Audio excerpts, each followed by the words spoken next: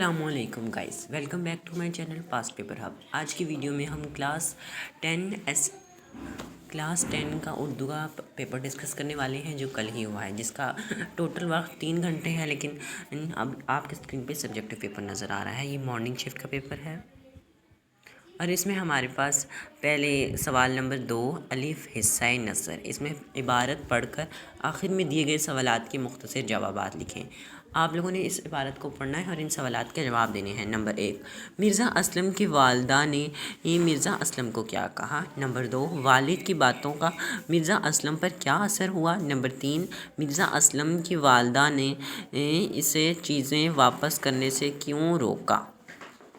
Number 4، ملنے والی رقم کا مرزا اسلم کو کیا فائدہ ہوا؟ نمبر 5، مرزا اسلم کو کس سے کتنی پینشن ملی؟ نمبر 6، عبارت کی تخلیص کریں یا عبارت کا مرکزی خیال تحریر کریں، اور ہر ایک سوال 4 نمبر کا ہے۔ ب، حصہ نثر، دیے گئے نظمیہ جزو میں سے کسی ایک جزو کے اشعار پڑھ کر آخر میں دیے گئے متعلقہ سوالات کے جوابات لکھیں۔ پہلا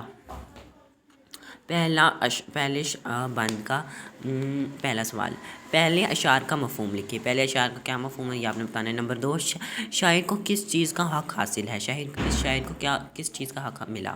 نمبر 3، شاعر کیسی جنگ کا تصور کر رہا ہے؟ یا مجاہد کو دوریا کی حدوں میں رہ نہیں سکتی، اس مصرعے کی وضاحت کریں۔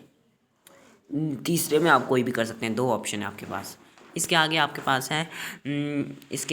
پاس دوسرا بند ہے، دوسرا والا اشعار ہے، ان کے بھی سوالات میں آپ کو پڑھ دیتا ہوں۔ شاعر کو ملا اور صوفی سے کیا شکایت ہے؟ نمبر 2، شاعر کے مطابق مسلم قوم میں کیا یا کون نایاب ہے؟ تیسرے میں بھی 2 ہیں، آپ لوگ ان میں سے کوئی بھی کر سکتے ہو۔ آگے ہمارے پاس یہ ہے حصہ غزل۔ جیم، حصہ غزل، مندرجہ ذیل غزلیہ اشعار کو پڑھ کر آخر میں دیے گئے سوالات کے جوابات دیں۔ سوالات، پہلے اشعار میں شاعر کس بات کی شکایت کر رہا ہے یا دوسرے شعر میں شاعر کی کیا نصیحت کر رہا ہے؟ نمبر د، قواعد، درج سوالات کے جوابات لکھیں۔ نمبر 1، درج الفاظ کو جملوں میں ایسے استعمال کریں کہ ان کی تذکیر و تانیب واضح ہو جائے۔ قطار، قلم، پیشانی، آسمان، ان کو ہم لوگوں نے یوز کرنا ہے۔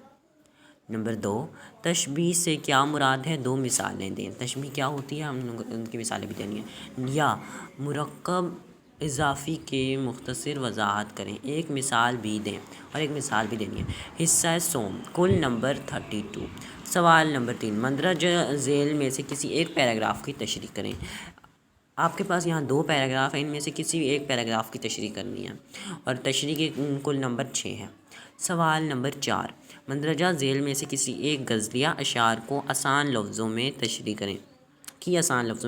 ان دونوں میں سے کوئی سے بھی آپ نے کوئی سے بھی جزو کی آپ لوگوں نے تشریح کرنی ہے اور تشریح کے کل نمبر 7 ہیں۔ سوال نمبر 5، مندرجہ ذیل میں کسی ایک غزلیہ جزو کی تشریح کریں۔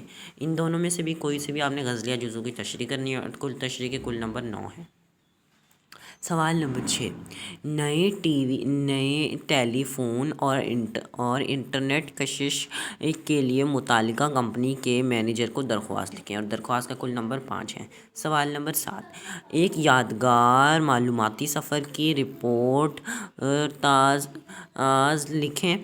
5 نمبر، یا اپنے محلے میں صفائی کی صورتحال پر ایک تجرباتی رپورٹ لکھیں۔